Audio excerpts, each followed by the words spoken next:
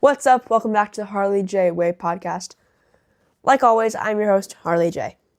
Now, a few days ago, I got the chance to sit down with the incredible Sam Newton. Now, look, there's a good chance you don't know the guy, but you probably should. He's a filmmaker, and the films he produces are some of the most beautiful films I've ever seen. He does some of the coolest, most funny stuff ever. He's a great guy. He's insanely nice to talk to. And like I said, his videos are so damn good. Like always, all of his links are in the description. I'm so glad I got the opportunity to talk to him. So, without further ado, let's do this. Welcome to the Harley J Way, the Harley J Way. I'm your host, Harley J. Let's jump right in. What's up, guys? We are so back. Now, we are here with the incredible Sam Newton.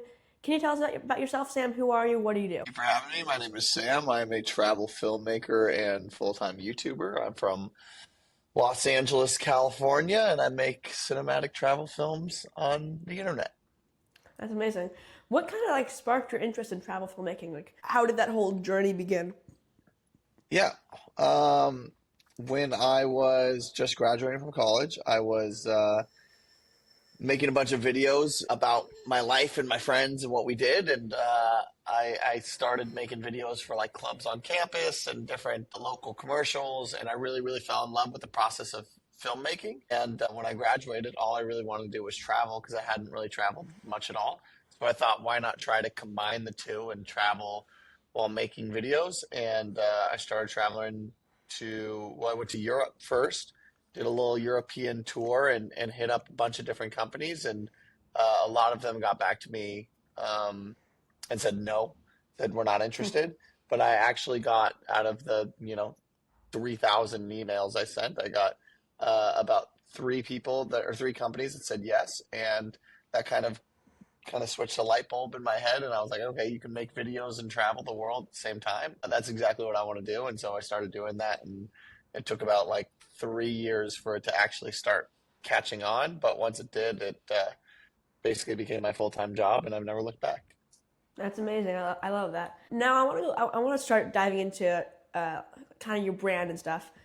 One thing that a lot of people who kind of know your channel and know you will know that you are a turtleneck enthusiast.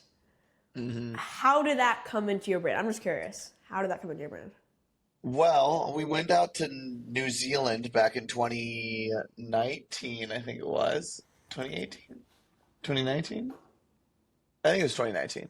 Uh, and it was me and four buddies, and we thought it would be really funny to all wear turtlenecks on the road trip, and just wear white turtlenecks and uh, look like idiots and drive around Norway. And that's exactly what we did. We bought these turtlenecks, and for everybody else's turtleneck just ended up going into their closet, never to be seen again. But I kept mine on, and I thought it'd be a funny little bit to just keep reintroducing the turtleneck in my videos, and it kind of became a part of my brand. Before I knew it, I was the guy in the turtleneck. So Have yeah, you have you ever considered launching your own line of turtlenecks for filmmakers? You know.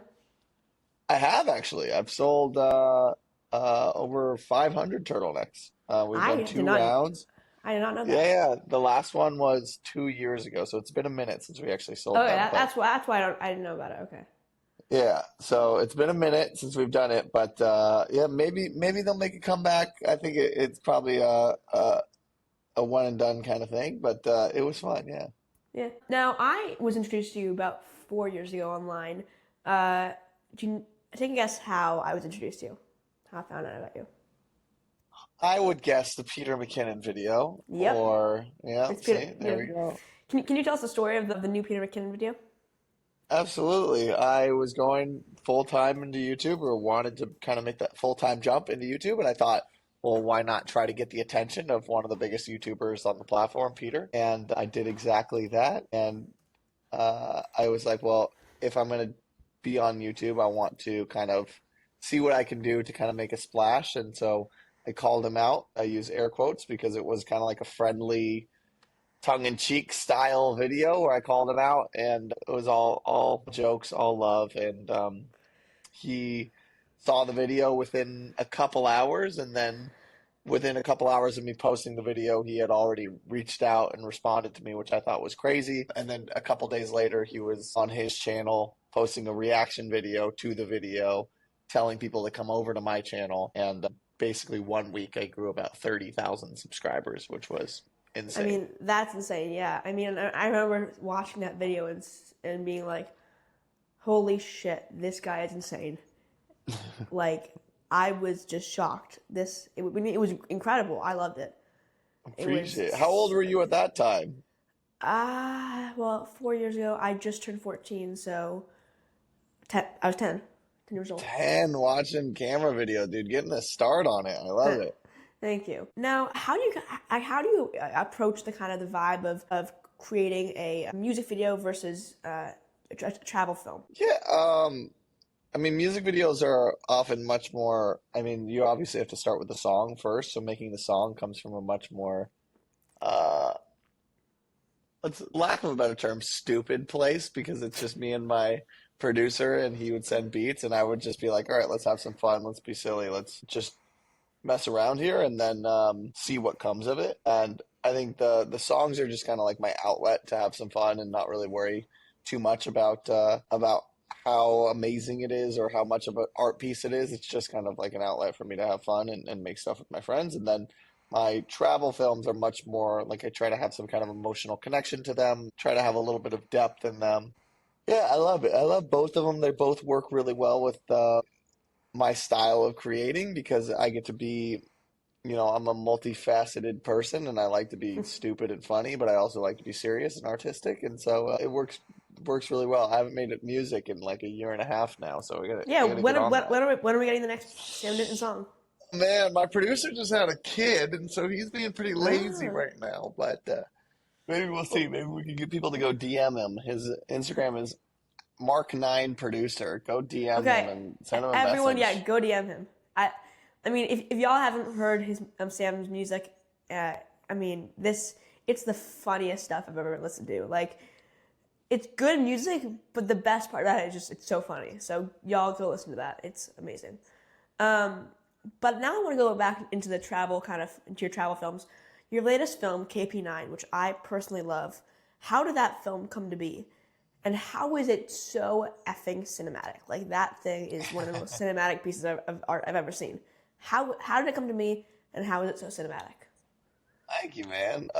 It was essentially just we had seen that there was this big Northern Light storm that was going to happen, and it kind of all came together within the matter of a couple days. I hit up Chris saying like, "Hey," or no, sorry, I don't want to take the credit. Chris hit me up, telling like, "Yo, there might be this crazy storm." So we booked these tickets, and I was like, "Oh, this works out well. Canon wants to work on something with me, so let's see what we could do and fly out there and just hopefully we get a good night of Northern Lights." And we got as lucky as we could ever ask for because we landed, and then within the next day, it's just already the lights came out in the most incredible fashion, and it was truly a special experience.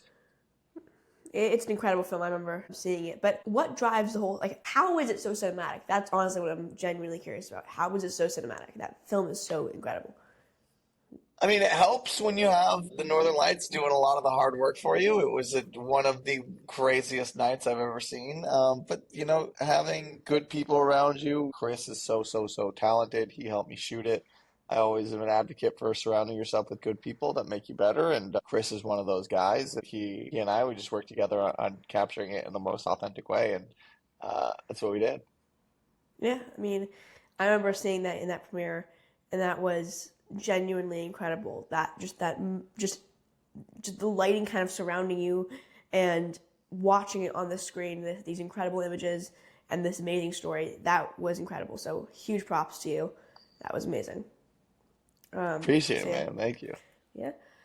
Can you share some sort of like moment when you took some sort of like significant creative risk and that ended up paying off or didn't pay off? Significant creative risk. I'd say my biggest risk was it's twofold. Well, the first one's obviously trying to be a travel filmmaker is not an easy task. at all, but I knew that if somebody wanted to do it, or if somebody could do it, like why not me? And people out there were getting paid for making travel films, so like why couldn't I do the same thing? And so that was probably my first big risk is just like, hey, I'm not going to pay rent on a house. I'm just going to use that money and travel as much as possible and hit up companies, see what we could make happen. And worst case scenario, I could fall back and make local business commercials, but let's see what we can do. And I did that. I met my um, then business partner, Luke Jackson Clark, out in the hostel in Thailand. And it just kind of changed everything and opened my eyes for like what was possible in the travel filmmaking world. So that risk and that leap of faith I took by trying to become a travel filmmaker just ended up leading me to the right people that would then open more doors for me to actually make that happen. So that would be my first one, and the second one was going into YouTube. It's just I kind of believe in the all-in approach. If you're going to do it, do it big and do it well. And I went into YouTube and took that risk of just like, all right, I'm going to stop taking on client videos. I'm only going to do. I had a little bit of money saved up, and I'm like, I'm only doing YouTube videos now. Let's see what happens. And 4 years later, here I am. Yeah. Like, so those were risks that paid off. What are some risks that just didn't pay off at all? Oh, that's a good question. Risks that did not pay off. I think a lot of time it's not much of a risk. It's more of like a financial thing with gear. I think a lot of time I convince myself I need a specific piece of gear. Like, oh, if I get this, then this will happen.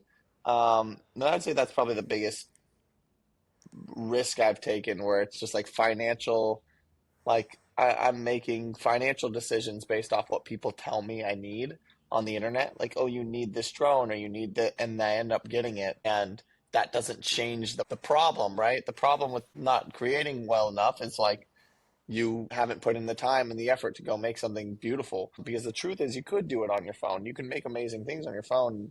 And not saying a phone is better than this camera behind me, but you can make something good. I know filmmakers that can make something better on a phone than 99% of filmmakers can make on a nice camera. So I think the biggest thing would just be not falling into that trap of just like convincing yourself it will be better when you get this next piece of gear.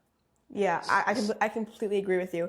My latest short film was filmed on this iPhone right here, and that film has already won a few awards for its cinematography and just the film itself. And I'm proud of that film. And the crazy thing is, I shot that entire film 3 hours on this smartphone.